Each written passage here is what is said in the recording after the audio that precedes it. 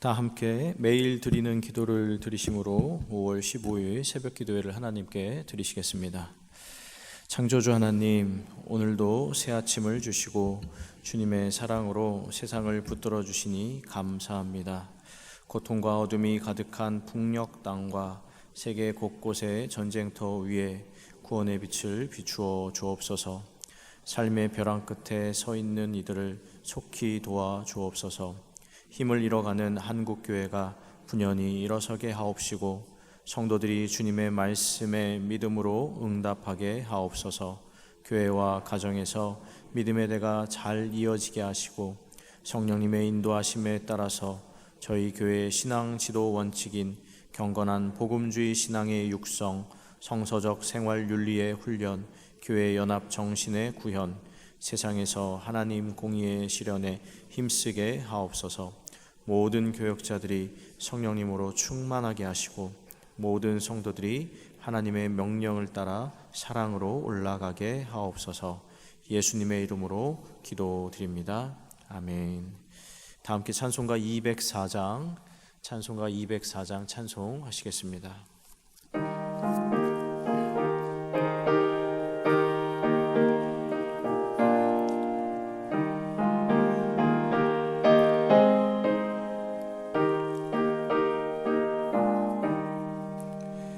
주의 말씀 듣고서 준행하는 자는 반석 위에 터닫고 집을 지음 같아. 비가 오고 물나며 바람 부딪혀도 반석 위에 세운 집 무너지지 않네. 잘 짓고 잘 짓세, 우리 집 잘 짓세.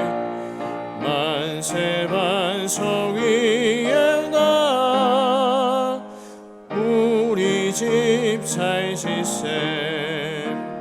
주의 말씀 듣고도 행치 않는 자는 모래 위에 터닫고 집을 지음 같다. 비가 오고 물나며 바람 부딪힐 때 모래 위에 세운 집 그게 무너지네. 잘 짓고 잘 짓세, 우리 집 잘 짓세. 만세 반석 위에 나 우리 집 잘 짓세. 세상 모든 사람들 집을 짓는 자니 반석 위가 아니면 모래 위에 짓네. 우리 구주 오셔서 지은 상을 줄 때 세운 공로 따라서 영영상 벌 주리.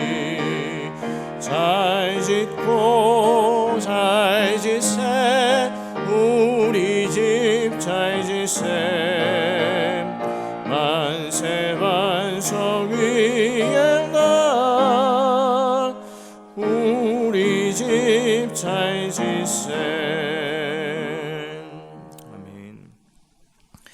오늘 오이코스 성경 통독 본문은 역대하 16장에서 18장까지 말씀입니다. 그 가운데 새벽 기도에 나눌 말씀은 18장 3절과 4절 두 절의 말씀입니다. 역대하 18장 3절과 4절 이 두 절의 말씀을 다 함께 봉독하겠습니다. 이스라엘 왕 아합이 유다 왕 여호사밧에게 이르되 당신이 나와 함께 길르앗 라못으로 가시겠느냐 하니 여호사밧이 대답하되 나는 당신과 다름이 없고 내 백성은 당신의 백성과 다름이 없으니 당신과 함께 싸우리이다 하는지라. 여호사밧이 또 이스라엘 왕에게 이르되 청하건대 먼저 여호와의 말씀이 어떠하신지 오늘 물어보소서 하더라. 오늘은 스승의 날입니다. 우리 성도님들도 인생 가운데 기억에 남으실 만한 그런 좋은 선생님들, 스승님들 계시겠지만 우리 인생의 가장 좋은 스승은 예수님 한 분뿐인 줄로 믿습니다. 그런 주님을 잘 쫓아가는 제자들이 다 되실 수 있기를 축복합니다. 오늘은 남유다의 네 번째 왕인 여호사밧의 이야기를 통해 하나님 은혜를 나누도록 하겠습니다. 르호보암, 아비야, 아사에 이어서 여호사밧이 이스라엘 남유다의 왕이 되었습니다. 여호사밧의 통치에 대한 기록은 역대하 17장부터 나오고 있는데 그의 이제 치세에 대한 이야기를 잠깐 드리자면 여호사밧은 35세의 왕이 되어서 25년간 남유다를 통치했습니다. 전체적으로 여호사밧에 대한 평가는 긍정적이다라고 할 수가 있는데요. 그가 했던 일들을 살펴보면 우선 여호사밧은 당시에 북이스라엘의 왕들, 우상 숭배를 했던 왕들과는 달리 이 바알 등 우상을 멀리하고 하나님의 계명을 따르고자 열심을 냈었던 왕입니다. 이 산당들을 제거하고 아세라 목상들을 철폐했습니다.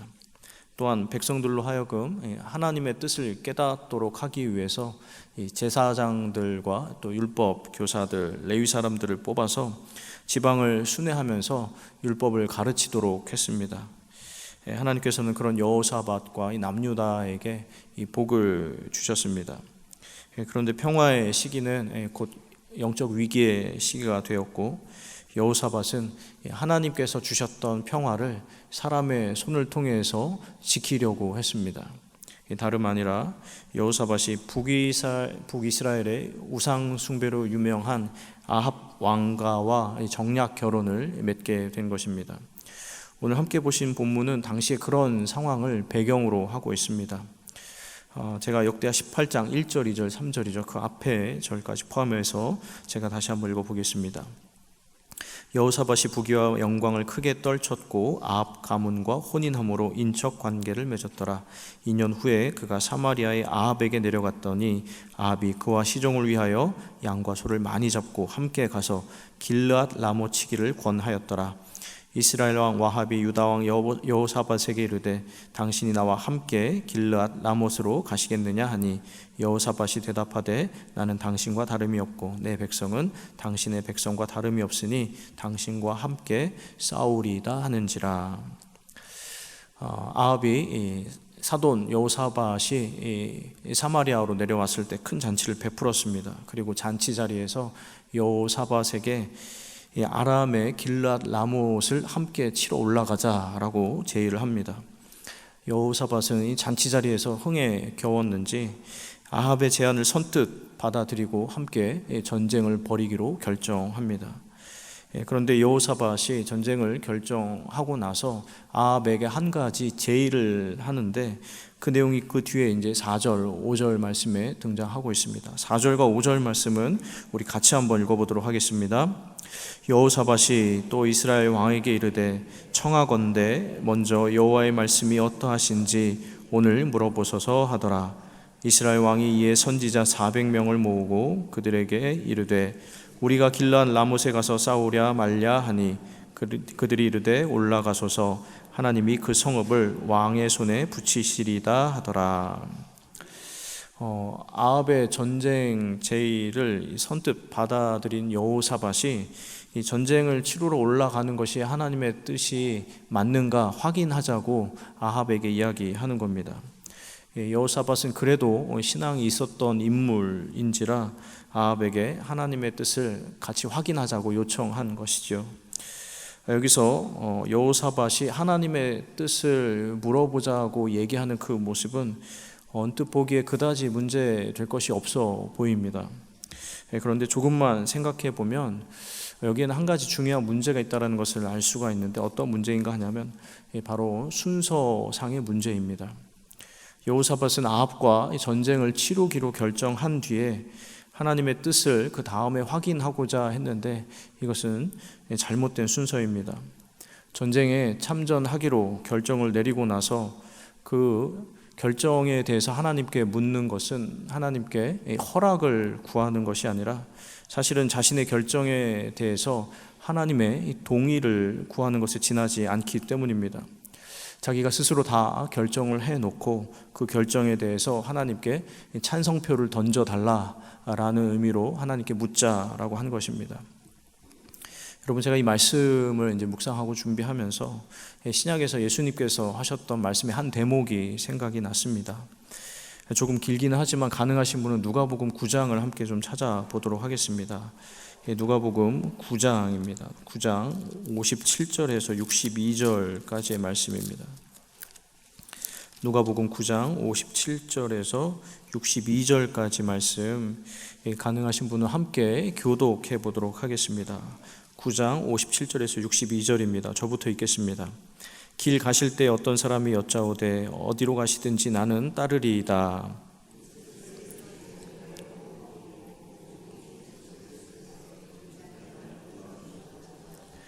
또 다른 사람에게 나를 따르라 하시니 그가 이르되 나로 먼저 가서 내 아버지를 장사하게 허락하옵소서.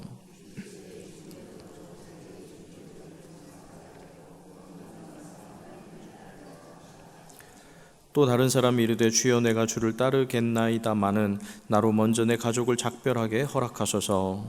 예수께서 이르시되 손에 생기를 잡고 뒤를 돌아보는 자는 하나님의 나라에 합당하지 아니하니라. 잘 아시는 대로 이 말씀은 예수님을 따르는 것에 대한 이 제자도에 대한 말씀입니다.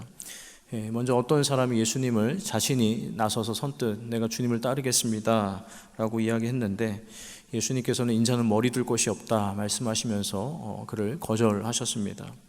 그 다음에 예수님께서 다른 사람에게 따라오라 말씀하셨는데 그 사람은 아버지 장례를 치러야 한다라고 얘기하면서 따르라는 예수님의 말씀을 완곡하게 거절합니다.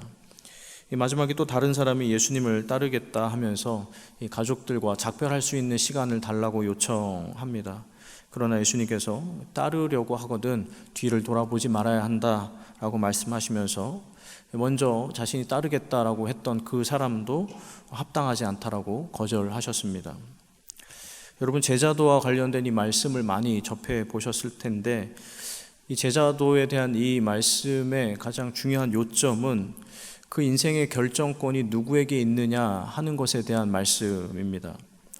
이 제자가 되고 안 되고의 결정권도, 그리고 제자로서 살아가는 데 있어서 이 삶의 우선순위에 대한 결정권도 제자에게 있지 않고 그를 제자로 부르신 스승에게 있다라는 말씀입니다.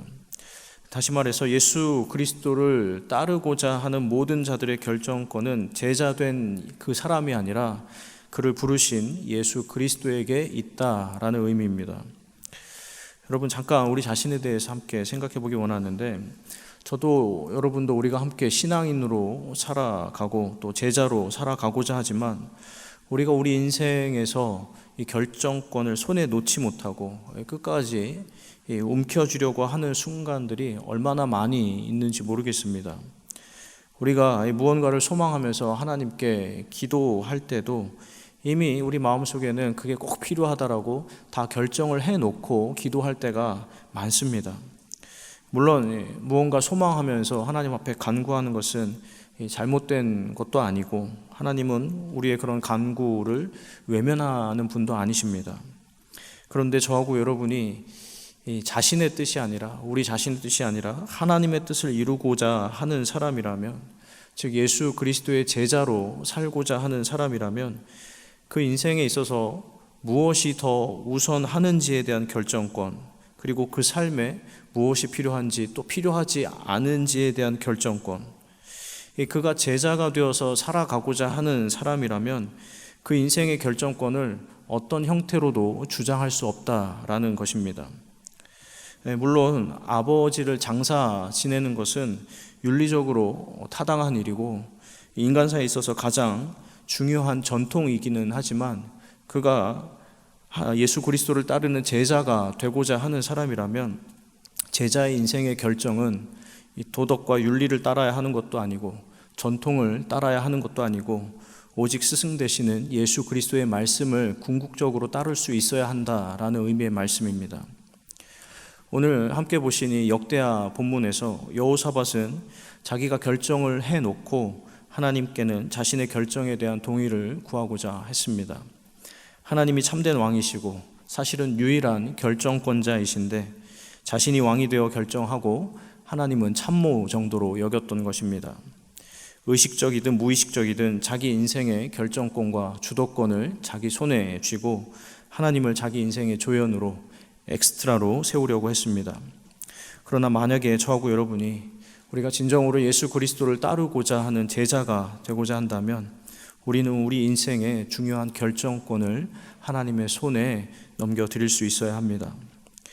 마치 운전대를 손에 쥐고요, 자기 자신은 오른쪽으로 가고자 결정한 뒤에 하나님 왼쪽보다 오른쪽으로 가도 되겠습니까? 자기 스스로 인생을 운전해 가면서 하나님께 동의를 구하는 신앙이 아니라 사실은 그 운전대를 손에서 놓는 신앙, 그 결정권 자체를 하나님께 위임하는 신앙, 이러한 신앙이 예수 그리스도를 쫓는 제자의 삶이라는 것입니다.